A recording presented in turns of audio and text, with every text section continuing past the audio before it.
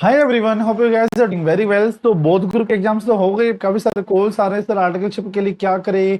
अभी मतलब हैंगओवर भी हो गया, पूरा थकावट भी उतर गई है, रेस्ट भी हो गया है। अब सर मूड आ गया कि अब क्या करें, हम खाली हो गए बिल्कुल। अब तो इस वीडियो में आपको बताने वाला हूँ कि आर्टिकलशिप के लिए आपको क्या क्या मेन चीजें करनी है ताकि आपको बाद का टाइम बिल्कुल भी खराब ना हो।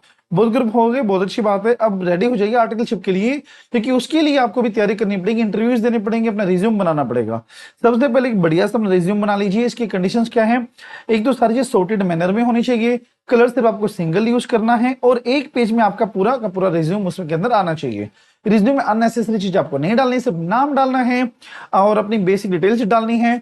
अपना जो एकेडमिक क्वालिफिकेशन है, 10th 12th foundation, intermediate and BCom अगर आप कर रहे हैं तो उसकी बातें डालनी है।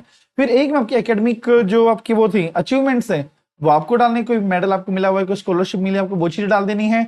और फिर आपकी हॉबीज एंड देन उसको वाइंड अप कर देना है। ओके। और जो आपने आईटी ओसी की उसके बारे में भी आपको डाल देना है। उसके साथ साथ अपनी आईटी और ओसी भी कंप्लीट आप कर लेना। ओके जी।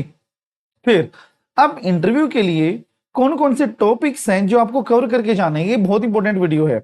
आप बीइंग एन ऑडिट फैकल्टी तो मैं सिर्फ सबसे पहले आपको ऑडिट का बताऊंगा, और डीटी और एडीटी के जितनी मेरे को नॉलेज है मैं उसके हिसाब से बता रहा हूँ। बाकी आप रेलिवेंट फैकल्टीज की वीडियोस देख सकते हो। ऑडिट में जो सबसे इंपॉर्टेंट है वो चैप्टर नंबर 8 है, जो हमारा ऑडिट रिपोर्ट था। ऑडिट रिपोर्ट में 705 ऐसे हैं जो आप लोग को पता होगा, मॉडिफिकेशन ऑफ ओपिनियन का। वो तो बहुत अच्छे से करके चले जाना, वहां से इंटरव्यू में क्वेश्चन पूछते ही पूछते हैं। और साथ में इसमें एक टॉपिक हो रहा है अपना कारो 2020, उसको भी बहुत अच्छे से कर लेना, ठीक है, क्योंकि वहां से इंटरव्यू में क्वेश्चन आने के काफी चांसेस होते हैं। और एक दूसरा ऑडिट रिपोर्ट का कंटेंट, बाकी जो 700 में दिया गया वो भी आप कर लेना। चैप्टर 5 और 9 तो भी बेहद ज्यादा इंपॉर्टेंट, जहां पर हम वेरिफिकेशन पॉइंट पढ़ते हैं अलग अलग आइटम्स के, अलग अलग एंटिटीज के। तो ये बहुत अच्छे से कर लेना कि जैसे आपसे पूछ सकते हैं वहां पर सेल कैसे वेरीफाई होगा, परचेज कैसे वेरीफाई होगा, ओके, एक्सपेंस कैसे वेरीफाई करने, डेप्रिसिएशन कैसे वेरीफाई करना है।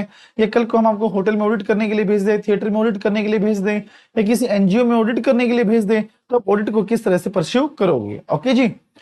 और फिर फोर्थ चैप्टर जो अपना है, चैप्टर नंबर 6, जो काफी इंपॉर्टेंट है, ऑडिट डॉक्यूमेंटेशन। ऐसे 300 का आपसे इंटरव्यू में क्वेश्चन पूछे जा सकते हैं। इंटरव्यू के बेसिकली 3 क्वेश्चन ही पूछे जाएंगे वैसे इसमें।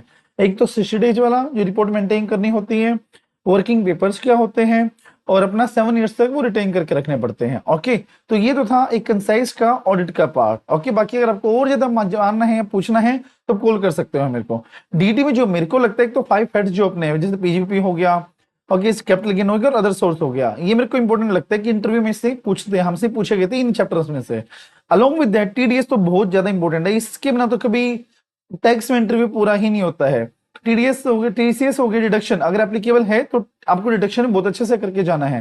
रिटर्न फाइलिंग के फॉर्म नंबर्स क्या होते हैं, ड्यू डेट्स क्या होते हैं, वो करके जाना है आपको। और उसके बाद अगर कोई आपको इंपॉर्टेंट लगता है, जैसे मान लो टैक्स असेसमेंट्स अगर आपके सिलेबस में हो तो वो भी आप कर सकते हो, जैसे नेशनल फेसलेस असेसमेंट, ऐसा कोई आपके चैप्टर हो, इंटर में वैसे होता नहीं है, तो हो तो आप लोग कर सकते हो।